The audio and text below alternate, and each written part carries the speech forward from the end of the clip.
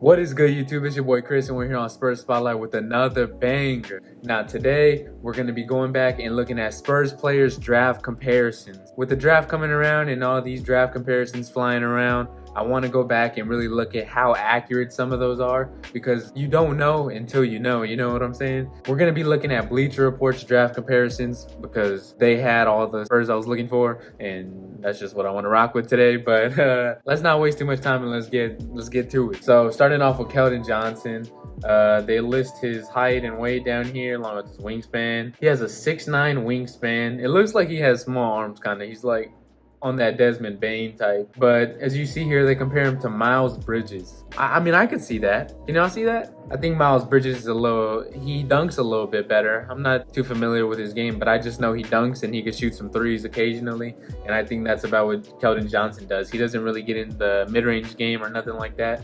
Just strictly drive and shoot threes. Now they have it down here. His offensive strengths are spot up shooting, 44% of his non-dribble jumpers, and 56% of his drives past closeouts. He's an accurate shooter. I say he's a streaky shooter. When set or running off screens, effective driver. Yeah, that sounds about right.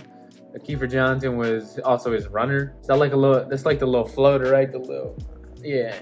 But I don't really see him doing too much of that. Maybe sometimes. He does that more than the mid-range, I guess. Offensive weakness, 17 for 52 from 3 during his conference play. 14 points all year out of the pick and roll and isolation possessions. That is very accurate. Keldon Johnson is not a pick and roll, create for himself type of guy. He's more just get downhill, put it in your chest, or shoot that spot up three. He's not really creating for others or himself at that. So far, it's been pretty accurate. His 10.4 assist percentage highlights minimal playmaking skills. That is definitely correct. We went over this a couple videos ago when I said he's really not a playmaker. So these are all kind of things we do know now. Defensive outlook, has the body to effectively match up against guards and wings. He also plays with a competitive edge and sense of intensity. His focus can fade and wasn't a defensive playmaker. What they're saying is he's not really a point of attack defender. He's not even they don't even say he's a plus defender in this. They just say that he plays with intensity and competitive edge. And I do see that with his screaming. And he does like to get after it, but he's not a good defender. Actually, they do say he can be a serviceable defender, but he'll need to be coached up.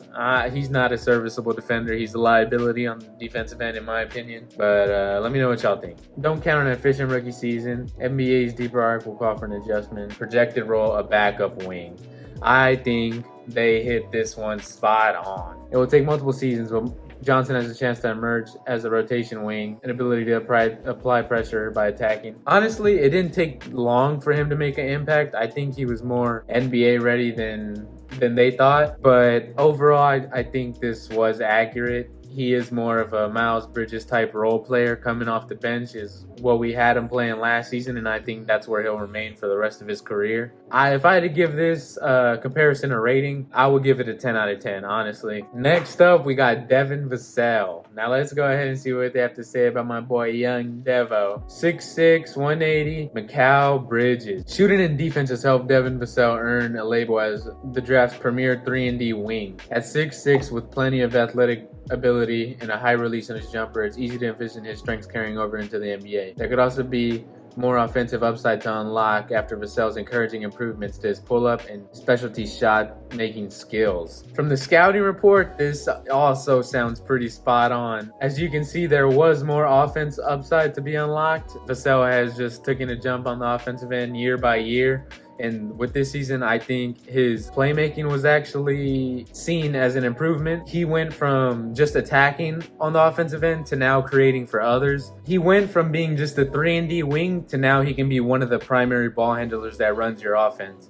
I've been really impressed with Vassell this season, seeing his growth not only from off-season, coming off the injury, but within the season. He made jumps within the season, and I think that they weren't crazy, like jumping into superstardom, but they were necessary jumps that will take him to the next level eventually. And down here, all they have is the old Spurs roster. Let's take a look at this. They got DeRozan, Aldridge, Ridier, DeJounte. Man, I could have used this in in the quiz we did. If y'all haven't seen that, go check it out, man. It was pretty cool. Vassell was he played 2 years in college. I didn't know that. He only averaged 5 points in his freshman. Hold on. All right, I couldn't even find it. So let me know down in the comments, how many years did Devin Vassell play at Florida State? Because it wasn't loading for me. I don't know. Overall, I think this was also spot on. I think now Devin Vassell is, do I say he's better than Mikal Bridges? Do I think Devin Vassell is better than Mikal Bridges? Yeah, especially coming off this last season. Is my bias coming in? I don't know. Y'all tell me. Let me know down below in the comments who's better, Mikal Bridges or Devin Vassell. I got my money on young Devo. Next up, we got Jeremy Sochan.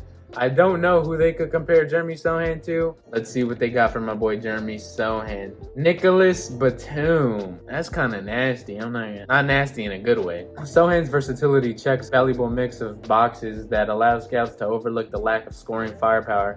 At 6'10", he's a passer, cutter, and capable open shooter who has size and mobility and IQ to defend guards, wings, and bigs. He does lack scoring. Passer, I don't know about passer after this season. I mean, he makes some alright passes. I don't say he's anything crazy with the passing. He can cut. I think what Sochan does best is slipping into spots that need to be filled. Like, he just knows how to fill the court out. And his shot has actually started to come around a little bit.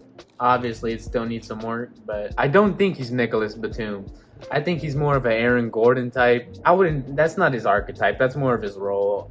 His play style is more of he's more of a Draymond Green than a Nicholas Batum, in my opinion. I do think, well, actually, according to Sochan, he said he's better on the offensive end. So, hey, you got a problem with that, take it up with him, not me.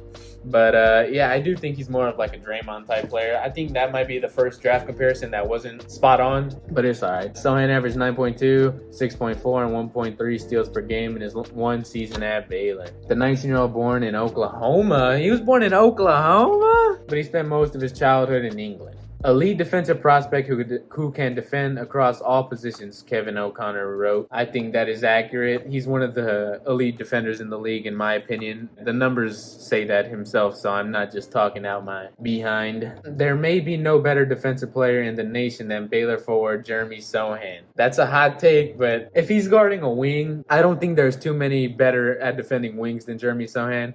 On guards, probably for sure. He could really lock down almost any wing player. Well, not lock down, because there are some superstars in the league that can just hit shots over you no matter what kind of defense you're playing. But he can slow a player down as much as you can. Sochan is a work in progress offensively. He notably just shot 29.6% from 3 and 50% from the free throw line. But if he figures it out on that end, he could be looking at one of the NBA's next grade two-way players. I don't know about a next grade two-way player, but he's hitting the three-pointer a little bit more, and that free throw percentage has gone up tremendously. So he is looking like someone you are going to be able to leave on the floor during playoff time, because he is hitting the open shots when we need him, and he is hitting his free throws more often with the low one hand.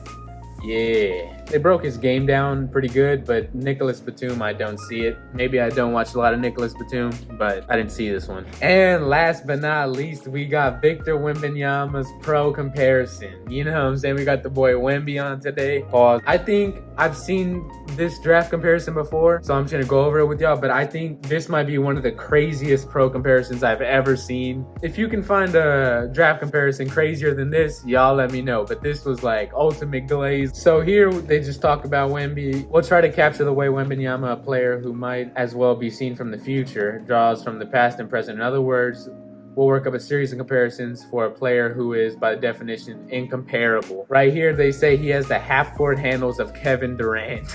And you know what's crazy? Like, all this before the season came out, I was like, what? Like, what are they setting my boy up for? But all of it has seemed to be true. He has handles. In the podcast with Kevin O'Connor, I watched the Wemby podcast, and he said he's working on his handle to get it more Kevin Durant-like. And if he gets his hezzy down, it might be over for the league. Well, in about 2 years, it's going to be over anyway. So, yeah, they compared his handle to KD. Mobile shot blocking of David Robinson. Anyone else, this might be crazy, but he led the league in blocks his rookie season, and he should have been the defensive player of the year. Argue with the wall. He's just better on the defensive end than Rudy Gobert. He has players running to the rim and not looking at the rim. They're not looking to score. They're trying to kick it out because they know they're not getting a layup over him. That alone, like, what are we talking about? Pick and roll perimeter defense, Anthony Davis. I don't watch too much Lakers. I really don't like them. Y'all tell me, what do y'all think about this? I can't really speak on AD's perimeter defense, but Wembanyama, he's not the greatest perimeter defender, but he's 7'5". What he can do, though, is he can cover so much ground, so if you get past him and you think you have an open layup, you really don't. That makes up for his perimeter defense all right there. That's all he really needs. Next, now I remember seeing this, and I was like, oh my, what, they're setting my boy up for slander. They said he has the sidestep and step back package of Jason Tatum.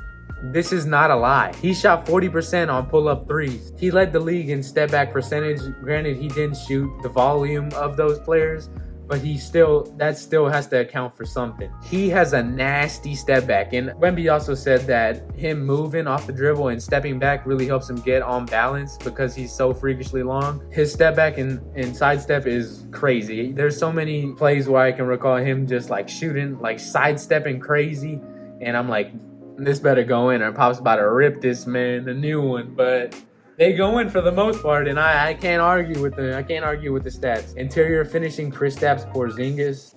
If we're comparing this to Porzingis, I think he's more of a New York Knicks Kristaps Porzingis because Wemby is a nasty finisher. Like that dunk on Sengun. Hey man, shout out Rockets fans. That dunk on Sengun was nasty. Nah, but he just had a bunch of crazy dunks and finishes throughout the season. Yeah, he's one of a kind, man. The alien. Shout out, bro. Y'all leave a like if y'all enjoyed the video. Comment down some of your favorite draft comparisons or draft comparisons that didn't pan out. But other than that, it's been your boy Chris here on Spurs Spotlight, and I'll catch y'all later. I'm out. Peace.